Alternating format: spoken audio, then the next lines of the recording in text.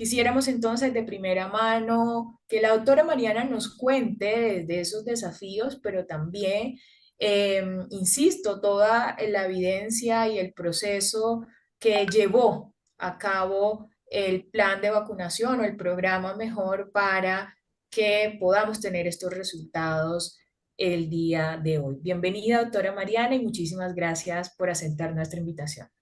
No, muchas gracias, doctora Kelly, por la invitación y a Liet.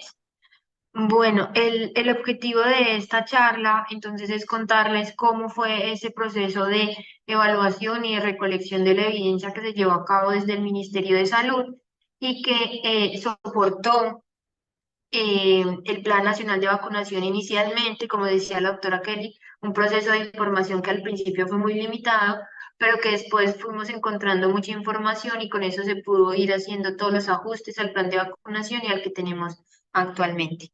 También quiero declarar que no tengo ningún conflicto de interés en esta información. Yo no tengo conflictos o financiación por los laboratorios y el objetivo de la presentación es contarles cómo fue el proceso que se dio en el ministerio sobre la evidencia que fortaleció el Plan Nacional de Vacunación. Esta charla la dividí en tres secciones. Uno, quiero presentarles el equipo que hizo parte del Ministerio de Salud y que fue responsable del Plan Nacional de Vacunación, sobre todo de la evidencia del Plan Nacional de Vacunación, cómo hicimos el proceso y al final contarles de la cohorte Esperanza que la doctora Valderrama y la doctora María Angélica les contaron de los artículos que generó el ministerio.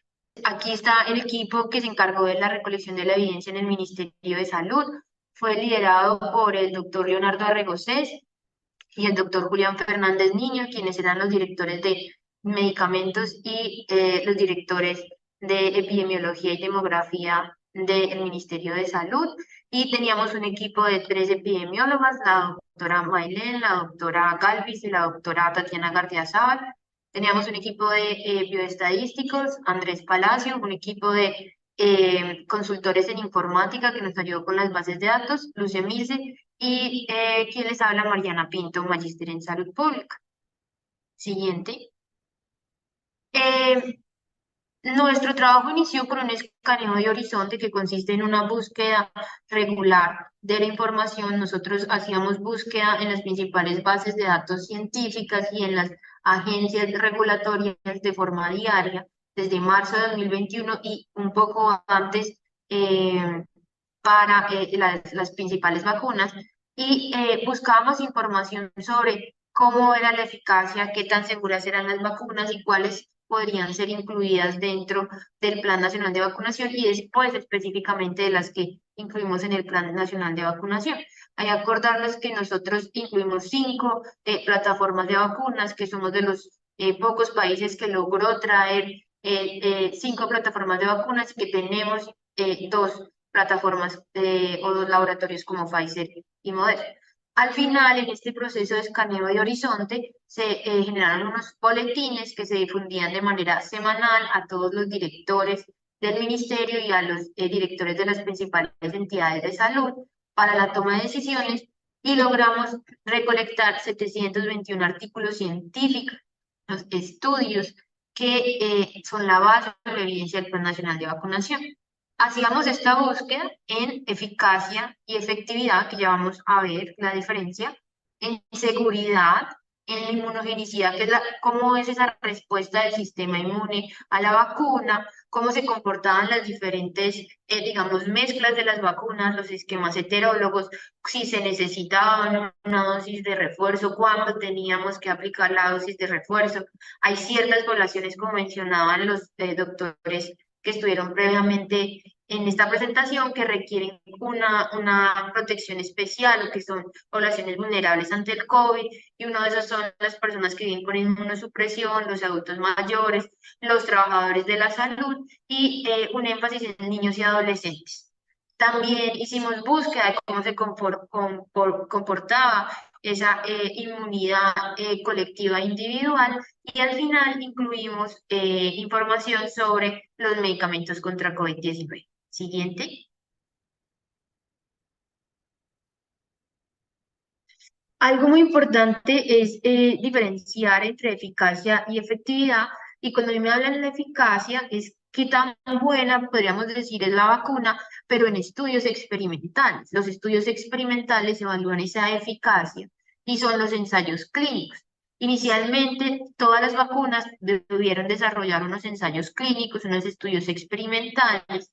AstraZeneca presentó 2 ensayos clínicos, Pfizer tenía uno, Moderna tenía uno, Janssen también tenía uno y Sinovac tenía 3 ensayos clínicos.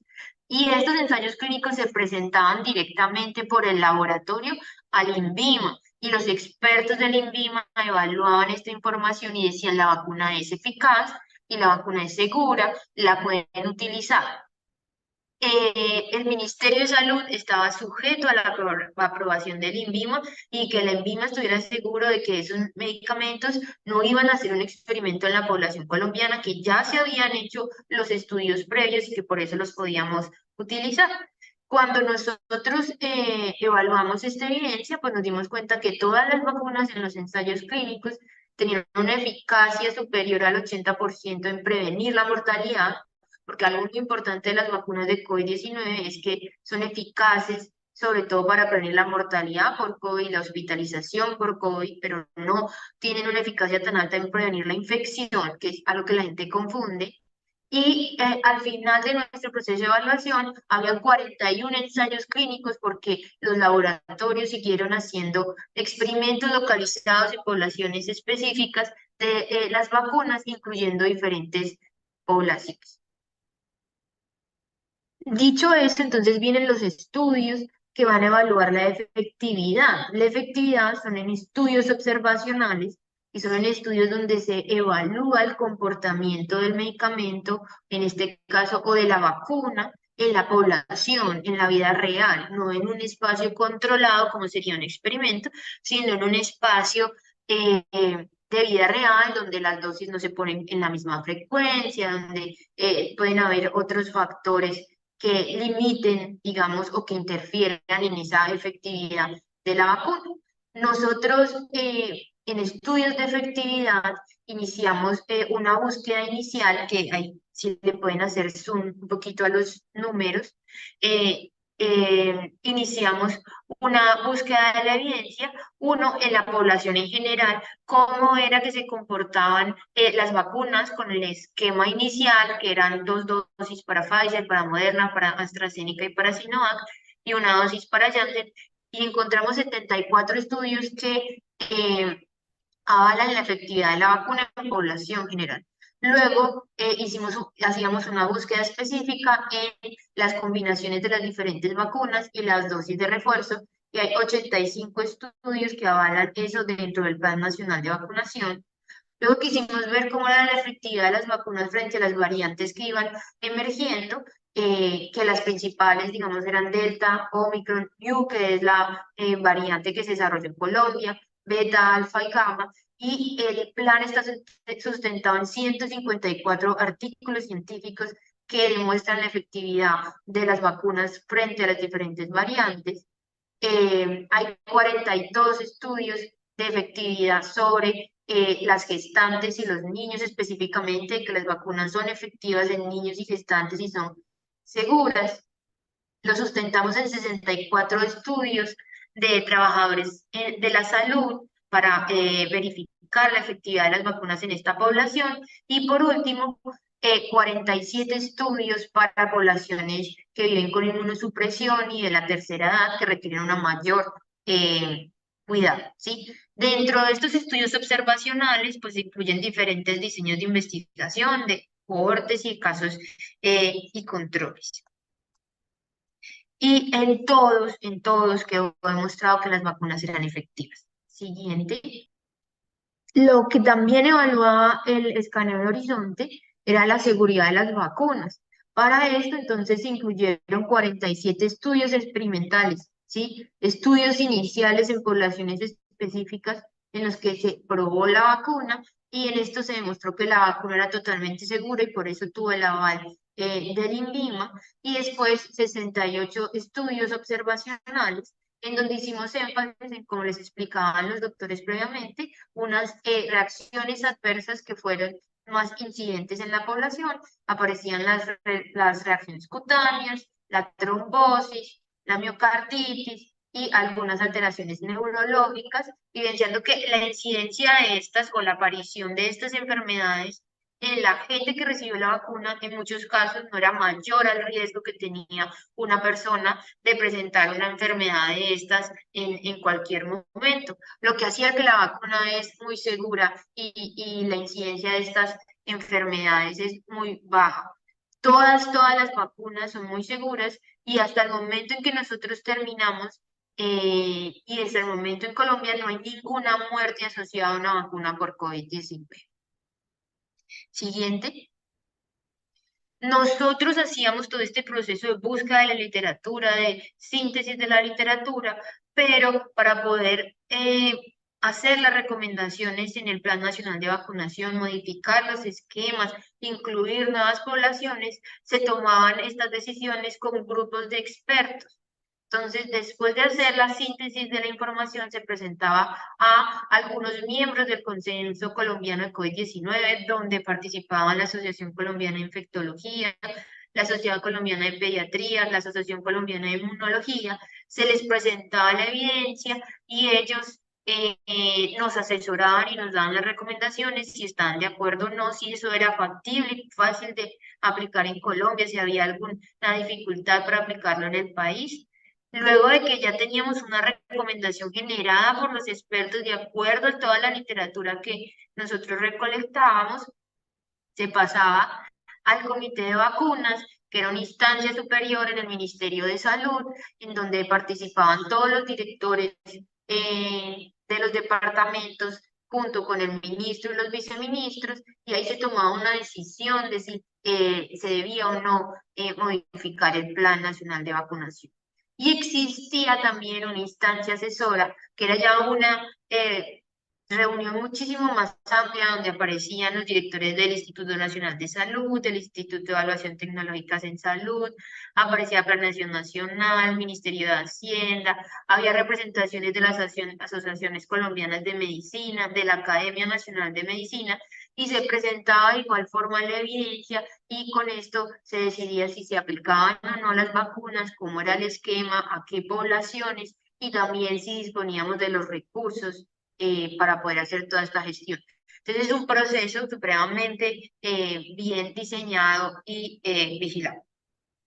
Aparte de la recolección de la información y de sintetizar la evidencia que se generaba en otras partes del mundo, desde Colombia construimos la Corte Esperanza, que ese nombre Esperanza es porque significa esa importancia que tenían las vacunas en ese momento en el mundo, no era la esperanza de todos volver a estar con las familias, volver a salir a la calle, volver a tener la vida que teníamos previa a la pandemia, y la Corte Esperanza buscó mirar cómo se comportaban las vacunas frente a la infección por COVID-19 en los colombianos, cómo se comportaban las vacunas, si la siguiente, frente a la hospitalización por COVID-19 en los colombianos y cómo se comportaban las vacunas frente a la muerte por COVID-19 en los colombianos.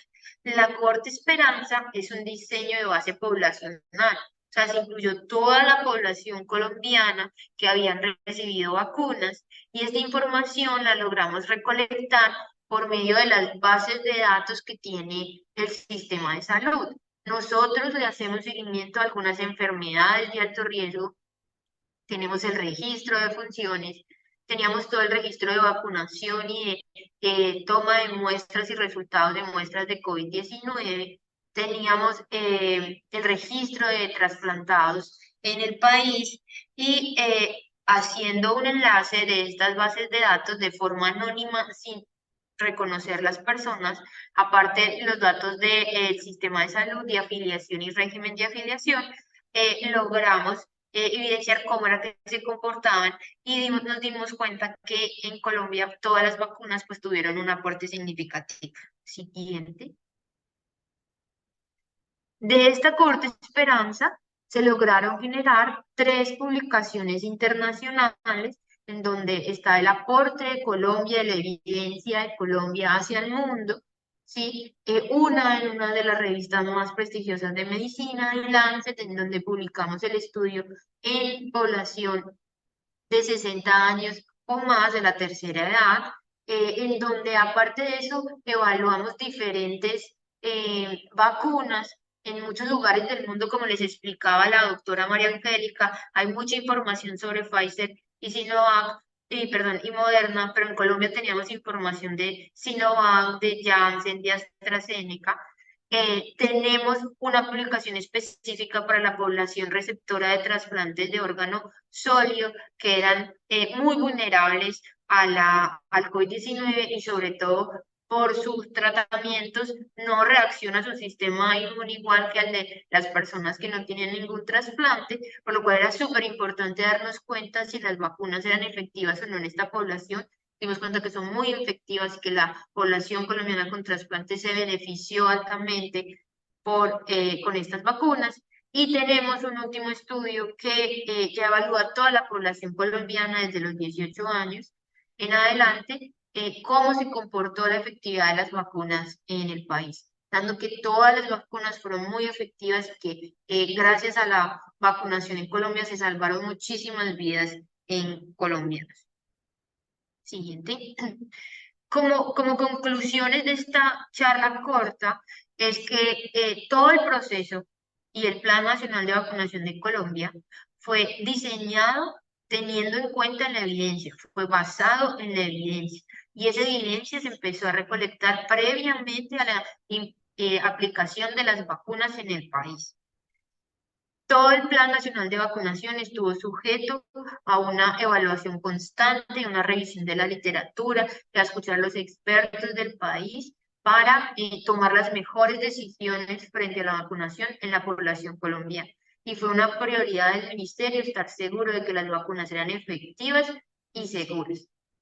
Nosotros desde el ministerio, en la época de 2021-2022, se diseñó entonces este componente retrospectivo que quiere ver estas bases de datos observacionales que les mencioné, que de la Corte Esperanza, pero existe también un estudio que lidera la Fundación Santa Fe de Bogotá, en donde vigilaron de cerca la implementación de las vacunas y que tiene sus resultados, esperan que tengan sus resultados para diciembre, para este mes, donde conoceremos otra información importante y que hace parte de esa vigilancia exhaustiva que tuvo el Ministerio de Salud con el Plan Nacional de Vacunación.